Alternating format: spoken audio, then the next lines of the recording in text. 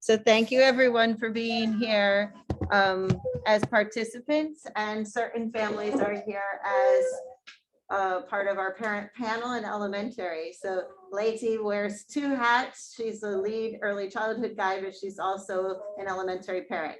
So Lacey has offered to be a parent for today's discussion. And Lena is also representing elementary and the third year. Not third year, second year, moving towards the third year. And Trissel is virtual, representing elementary. Laura is representing elementary. Is Skylar here too? Did I see him come in? He just popped in for a second, but he's Okay. off with the kids. Okay, no worries. So we could ask questions to Lacey, Lena, Laura, and Trissel. Is that right? Very good. Yes. Okay, great. We created some topics of discussion, but really any questions are fine about parents' experiences and observations of the elementary years. Some topics include, how does it work with the individual plan for each student?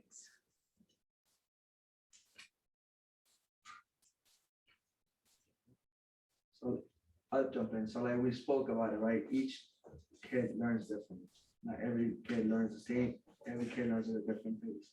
A lot of times we think just because a 6-year-old girl, all right, is learning this, we think that the other kid next to her can learn the same thing. I think that having an individual plan for each student where they pick what they want to learn, okay? And our job as a guide is to guide them through it, helps them a lot, because you don't want to first force the kid too much, or like, you need to learn this, you need to learn it. Maybe they're not interested. Okay, maybe they want to learn something else instead of learning this. And I think having that individual plan for each kid is going to come a big way. And over time, you're going to be able to see the difference. Like, oh, last year he didn't know this, she didn't know this, and now this year is a whole different story. It just different, like even as an adult, right? Sometimes some things we want to know, and some things like, yeah, we don't really care about it, right? Same thing with the child, right? Maybe that book, no, it doesn't look that fun. I don't like the picture. Or like this book, I like this book. So having that choice, all right, and us making that plan based on what they want to learn is really helpful over the years. I think the other thing that's nice about it too is, you know, eventually almost every kid is going to come around to whatever that wasn't interesting 3 months ago or something, you know. Yeah, So sort of what my question was about today is, so I, you know, our older daughter's in public school right now, and you know, she's actually doing well math now, but traditionally not a fan, you know, no interest in learning it, a little bit, you know, avoidant of it altogether. And so I'm curious, like, what strategies or approaches you use for a child that's just maybe intimidated or not interested in a subject, so that they get there eventually, because obviously I'd like her to learn math, but you know, maybe it's not, or resistant to it.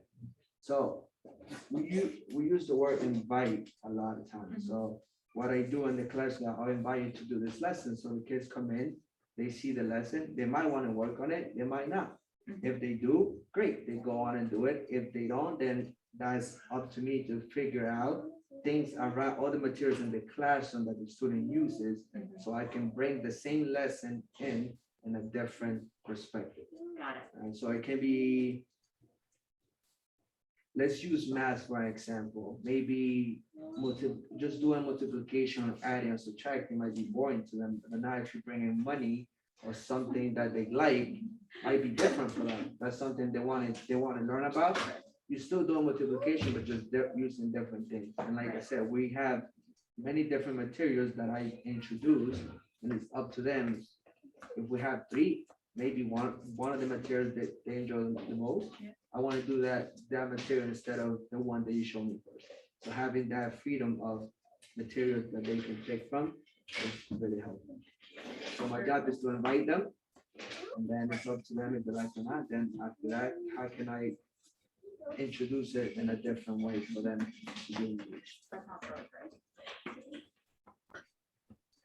Another topic Yeah. that parent panel we're interested in is the different hands-on or the various hands-on activities to support skill development, which Carlos was just speaking about. So any other comments about the individual work plan for each child and or their access to various materials to support a skill? I wanted to say something about the that I was also nervous when I was signing my kids up, or I wasn't sure if they'd ever do anything different than what they already enjoyed doing. And one thing we had noticed in public school prior to moving them over was this like level of competition. So I know like when Sophie first started, she was like, I'm not at the same level as the other kids. I don't know how to do it. Like that little like adjustment because of that competition that had she had learned that she was needing to be at the exact same level. And then if she was ahead, she had to wait for everyone to catch up and that sort of idea. And then only in like a matter of a week, I like didn't hear any of those comments anymore, like very calm about going to class, and was like bringing home pages and pages of things that she was super resistant to, like writing and cursive and a lot of English lessons or like grammar lessons and learning a second language were all kind of things that we struggled with, like getting her to do during homeschool and that she was resistant to at public school, and is just doing like pages of it now. So I can speak to like, I wasn't thinking that that was going to happen, but it happened very quickly from like someone coming from very competitive, like fear of not staying top of the class sort of space to just now like trying new things. And a lot of it seemed to come through writing notes to like friends because they're a tight-knit small group.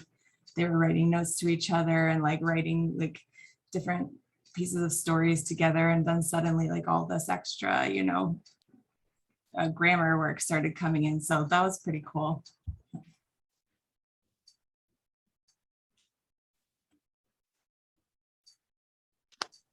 I agree with you, Laura, because I'm basically like Ali has been in Montessori basically her whole entire education life or whatever it's called. But with the writing the notes, like she literally comes home with a note from like one classmate at least like once a week where they're like writing these cute little notes to each other. It's just she does it at home with like my family too. And then now what I'm seeing is like whenever we're like speaking in English, she'll like translate to Spanish, which I think is super cool. So I definitely like the different types of like learning styles with versus like how it would have been in like a traditional school. So we have 3 other topics that I invite parents from the panel to speak to. One is the continued structure with freedom based on children's interests. Another is the way the lessons are presented using a storytelling approach.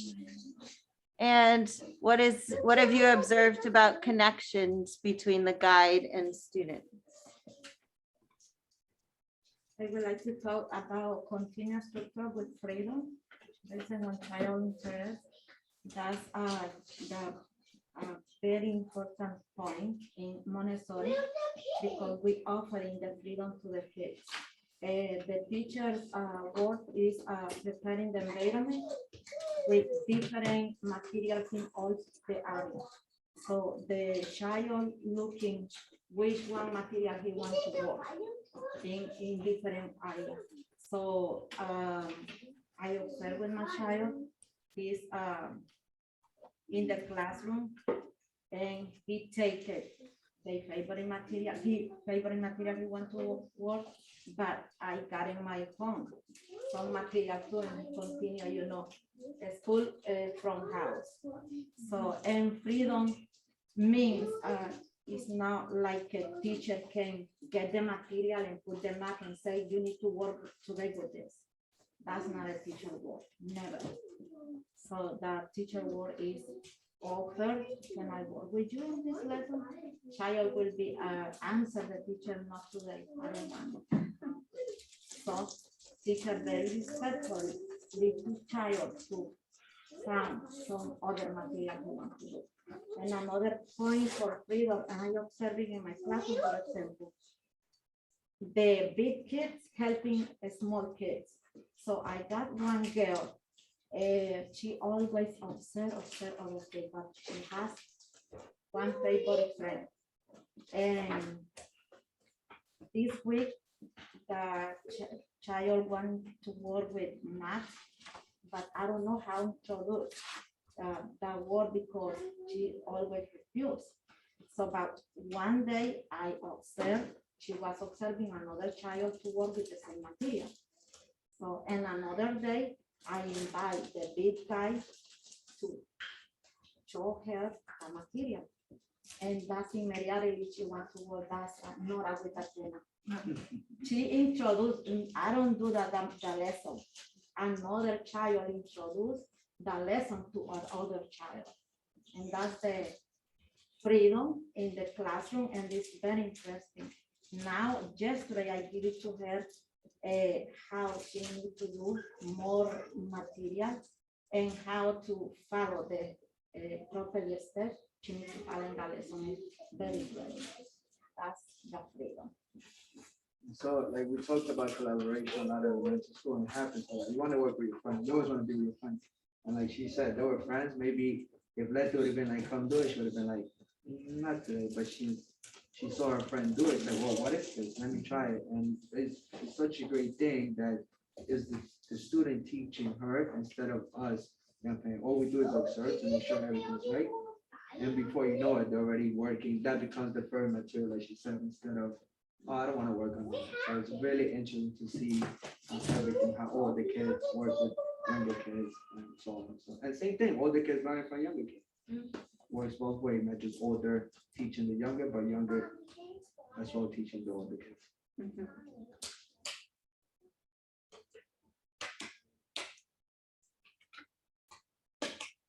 Laura, Giselle, Lena, anything else you would like parents to know as they consider staying for kindergarten and moving to elementary?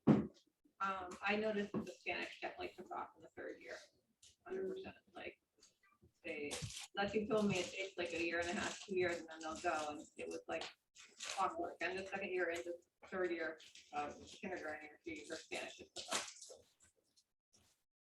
That was really nice to see. I can would really say- see. Oh, go Sorry, ahead, Jess. Giselle. No, I was gonna say I would for me the main reason why I kept her in Montessori, well, this specific school from the time she started was because I noticed how with just basically from my experience in like other children that I know, they're kind of like on this like fast-paced type of academia, whatever you want to call it. And I don't really like that. I feel like children should be able to be children and like kind of like grow at their own pace instead of being constantly put into this like ringer of like academia. Like at this age, you're supposed to be doing this. At this age, you're supposed to be doing that. I don't like that at all. And I've noticed for us, even if like there is like all of these like milestones that kids are supposed to be doing at a certain age, she's doing them as well, but she's doing it, one, on her own time, and two, in a more calm and just like relaxed way versus being like constantly trying to be productive, if you get what I'm saying.